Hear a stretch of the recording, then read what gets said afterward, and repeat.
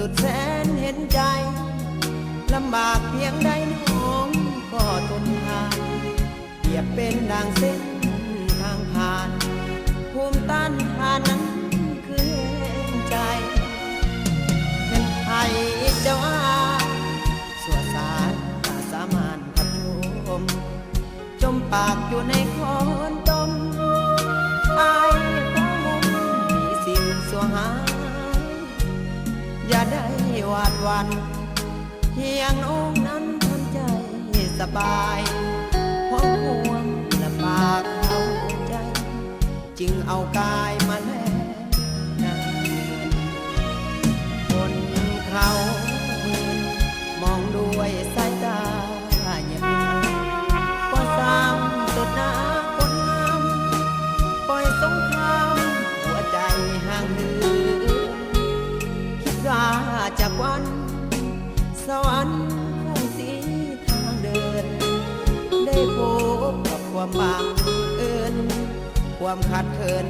คงจางหายวันนี้ผ่านไปวันใหม่สดใสลาวันให้คิดว่าเป็นความฝันอย่าเก็บมันค้างคาในใจชีวิตห่างหัวใจยังต่อสู้เรื่อยไปเมื่อสิ้นมนทินทางใจก็เริ่มต้นใหม่ให้โลกศึกษา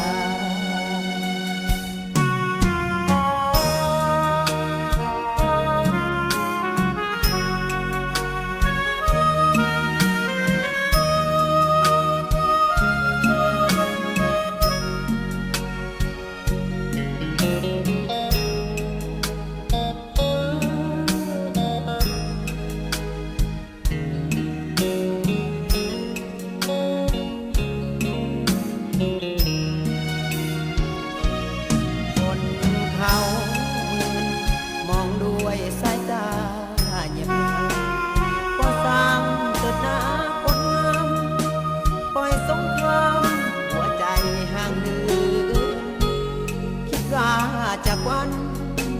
สวรรค์คงสีทางเดินได้พบกับความบังเอิญความขาดเขินคงจางหายวันนี้ผ่านไปวันใหม่สดใสลาวันเพียงคิดว่าเป็นความฝันอย่าเก็บมันค้างคาในใจชีวิตห่างหัวใจยังต่อสู้เรื่อยไปเมื่อสิ้นมนทินทางใจก็เริ่มต้นใหม่ให้โลก